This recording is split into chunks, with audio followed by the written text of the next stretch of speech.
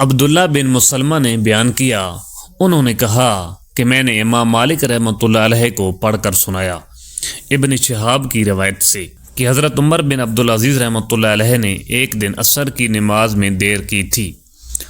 پس عروہ بن زبیر رضی اللہ تعالیٰ عنہ کے پاس تشریف لے گئے اور انہوں نے بتایا کہ اسی طرح مغیرہ بن شعبہ رضی اللہ تعالیٰ عنہ نے ایک دن عراق کے ملک میں نماز میں دیر کی تھی جب وہ عراق میں حاکم تھے۔ پس ابو مسعود انصاری عقبہ بن عمر ان کی خدمت میں گئے اور فرمایا، مغیرہ رضی اللہ تعالیٰ عنہ، آخر یہ کیا بات ہے؟ کیا آپ کو معلوم نہیں کہ جب جبرائیل علیہ السلام تشریف لائے تو انہوں نے نماز پڑھی اور رسول کریم صلی اللہ علیہ وآلہ وسلم نے بھی نماز پڑھی، پھر جبرائیل علیہ السلام نے نماز پڑھی تو نبی صلی اللہ علیہ وآلہ وسلم نے بھی نماز پڑھی، پھر جبرائیل علیہ السلام نے نماز پڑھی تو نبی صلی اللہ علیہ وآلہ وسلم نے بھی نماز پڑھی، پھر جبرائیل علیہ السلام نے کہا کہ میں اسی طرح حکم دیا گیا ہوں۔ اس پر حضرت عمر بن عبدالعزیز رحمۃ اللہ علیہ نے عروہ سے کہا، معلوم بھی ہے آپ کیا بیان کر رہے ہیں؟ کیا جبرائیل علیہ السلام نے نبی صلی اللہ علیہ وآلہ وسلم کو نماز کے اوقات عمل کر کے بتلائے تھے؟ عروہ نے کہا کہ ہاں، اسی طرح بشیر بن ابی مسعود رضی اللہ تعالیٰ عنہ اپنے والد کے واسطہ سے بیان کرتے تھے۔ صحیح بخاری حدیث نمبر 521۔ عروہ رحمۃ اللہ علیہ نے کہا کہ مجھ سے حضرت عائشہ رضی اللہ تعالی عنہا نے بیان کیا کہ رسول اللہ صلی اللہ علیہ وآلہ وسلم عصر کی نماز اس وقت پڑھ لیتے تھے جب ابھی دھوپ ان کی حجرہ میں موجود ہوتی تھی، اس سے بھی پہلے کہ وہ دیوار پر چڑھے۔ صحیح بخاری حدیث نمبر 522۔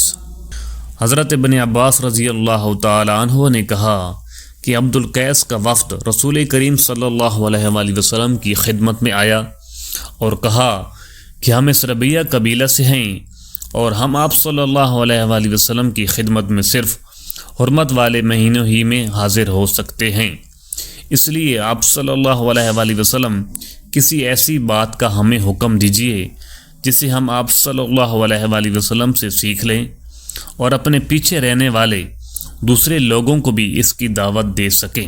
آپ صلی اللہ علیہ وآلہ وسلم نے فرمایا کہ میں تمہیں 4 چیزوں کا حکم دیتا ہوں اور 4 چیزوں سے روکتا ہوں۔ پہلے خدا پر ایمان لانے کا، پھر آپ صلی اللہ علیہ وآلہ وسلم نے اس کی تفصیل بیان فرمائی کہ اللہ کے سوا کوئی معبود نہیں اور یہ کہ میں اللہ کا رسول ہوں، اور دوسرے نماز قائم کرنے کا، تیسرے زکوٰۃ دینے کا، اور چوتھے جو مال تمہیں غنیمت میں ملے اس میں سے 5واں حصہ ادا کرنے کا، اور تمہیں میں تومڑی، ہنتم، قصار اور نقیر کے استعمال سے روکتا ہوں۔ صحیح بخاری حدیث نمبر 523۔ قیس بن ابی حازم نے جریر بن عبداللہ رضی اللہ تعالیٰ عنہ کی روایت سے بیان کیا کہ جریر بن عبداللہ بجلی رضی اللہ تعالیٰ عنہ نے فرمایا کہ میں نے رسول اللہ صلی اللہ علیہ وآلہ وسلم کے 10 مبارک پر نماز قائم کرنے کا، زکوٰۃ دینے کا اور ہر مسلمان کے ساتھ خیر خواہی کرنے پر بیعت کی۔ صحیح بخاری حدیث نمبر 524۔ شقیق بن مسلمہ نے کہا کہ میں نے حذیفہ بن یمان رضی اللہ تعالیٰ عنہ سے سنا۔ حذیفہ رضی اللہ تعالیٰ عنہ نے فرمایا کہ ہم حضرت عمر رضی اللہ تعالیٰ عنہ کی خدمت میں بیٹھے ہوئے تھے کہ آپ نے پوچھا کہ فتنہ سے متعلق رسول کریم صلی اللہ علیہ وآلہ وسلم کی کوئی حدیث تم میں سے کسی کو یاد ہے؟ میں بولا، میں نے اسے اسی طرح یاد رکھا ہے جیسے حضور صلی اللہ علیہ وآلہ وسلم نے اس حدیث کو بیان فرمایا تھا۔ حضرت عمر رضی اللہ تعالیٰ عنہ بولے کہ تم رسول اللہ صلی اللہ علیہ وآلہ وسلم سے فتن کو معلوم کرنے میں بہت بے باک تھے۔ میں نے کہا کہ انسان، گھر والے، مال، اولاد اور پڑوسی سب فتنہ کی چیزیں ہیں، اور نماز، روزہ، صدقہ، اچھی بات کے لیے لوگوں کو حکم کرنا اور بری باتوں سے روکنا اور ان فتنوں کا کفارہ ہیں۔ حضرت عمر رضی اللہ تعالی عنہ نے فرمایا کہ میں تم میں سے اس کے متعلق نہیں پوچھتا، مجھے تم اس فتنہ کے بارے میں بتلاؤ جو سمندر کی موج کی طرح ٹھاٹھیں مارتا ہوا بڑھے گا۔ اس پر میں نے کہا کہ یا امیر المومنین، آپ اس سے خوف نہ کھائیے، آپ کے اور فتنہ کے درمیان ایک بند دروازہ ہے۔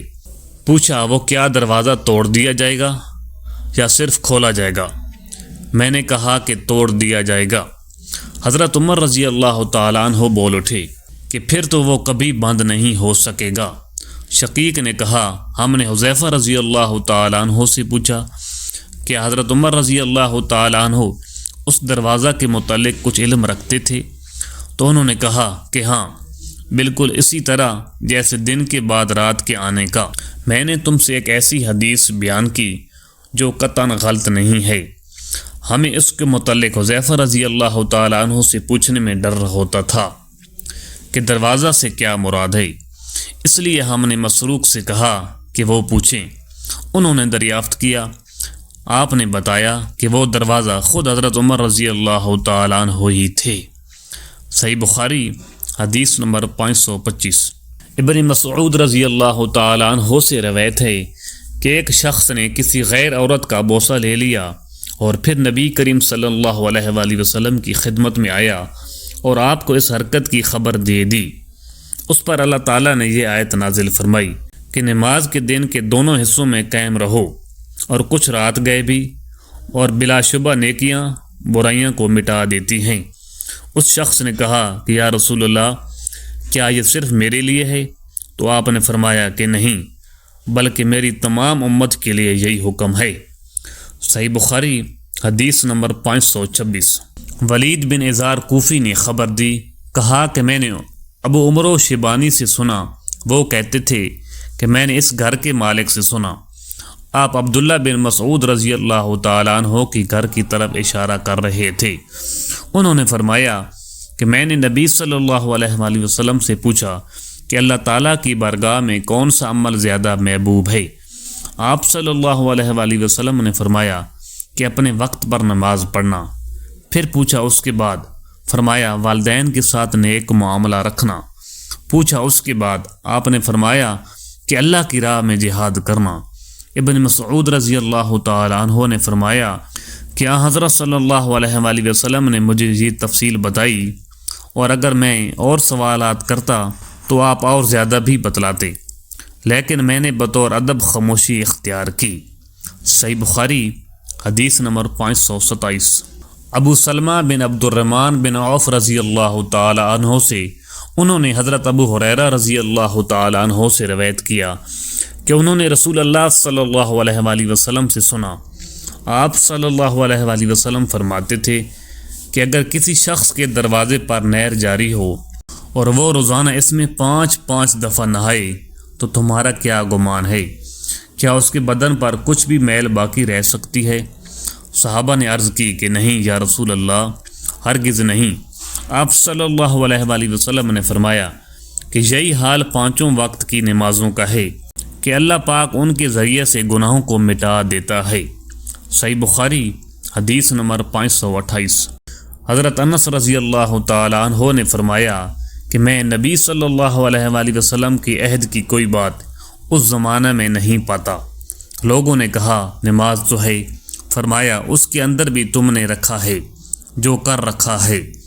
صحیح بخاری حدیث نمبر 529۔ ابو عبیدہ حداد نے خبر دی، انہوں نے عبدالعزیز کے بھائی عثمان بن ابی رواد کے واسطہ سے بیان کیا۔ انہوں نے کہا کہ میں نے زاری سے سنا کہ میں دمشق میں حضرت انس بن مالک رضی اللہ تعالیٰ عنہ کی خدمت میں گیا، آپ اس وقت رو رہے تھے۔ میں نے عرض کی آپ کیوں رو رہے ہیں؟ انہوں نے فرمایا کہ نبی کریم صلی اللہ علیہ وآلہ وسلم کے عہد کی کوئی چیز اس نماز کے علاوہ اب میں نہیں پاتا، اور اب اس کو بھی ضائع کر دیا گیا ہے۔ اور بکر بن خلف نے کہا کہ ہم سے محمد بن بکر برسانی نے بیان کیا کہ ہم سے عثمان بن ابی رواد نے یہی حدیث بیان کی۔ صحیح بخاری حدیث نمبر 523۔